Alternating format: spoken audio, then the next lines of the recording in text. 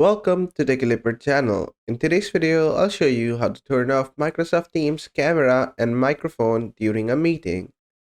So at first, let's just join a meeting. You could go to Meet, and from here, just create a meeting from here, or just join any meeting somehow. And then just make sure your camera and microphone settings are set, and then just click on Join Now.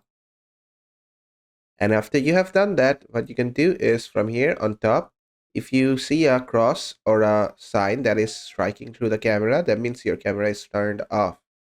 And you could just click on it to turn it on and then just click on it again to turn it off. Same thing for the mic. As you can see, the mic is currently open.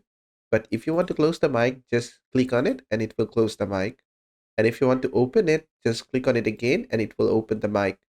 Now, if you hover over them, you can also see the keyboard shortcut. For toggling the camera, the shortcut is Ctrl Shift and O.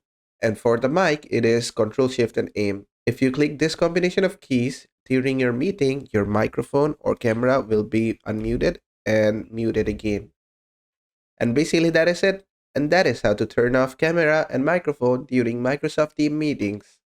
I hope this video was helpful. If it was, please give it a thumbs up and don't forget to subscribe.